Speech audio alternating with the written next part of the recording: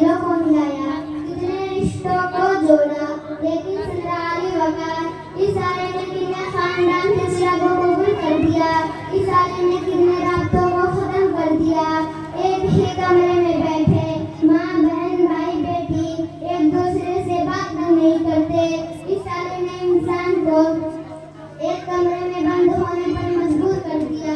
अगर mobile phone न होता तो ये तमाम रिश्ते एक साथ बैठकर खुशबख्तियों में मसरूफ होते, मगर मोबाइल फोन ने शराफत और तमीज को पस्त डाल दिया।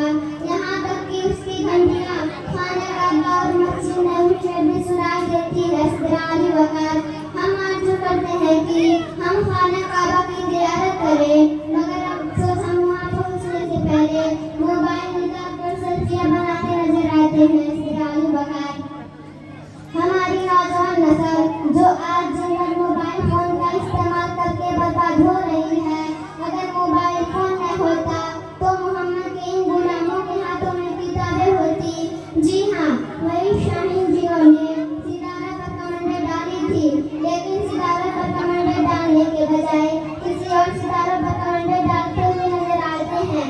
अगर मोबाइल फोन न होता तो आज हमारी नौजवान नस्ल तेजी से इस जालिम में दौड़ होती जहाँ मकबी दराएं पहुँच चुके हैं। हम अंधी तकलीफ में अपने इक़दार को भूल चुके हैं।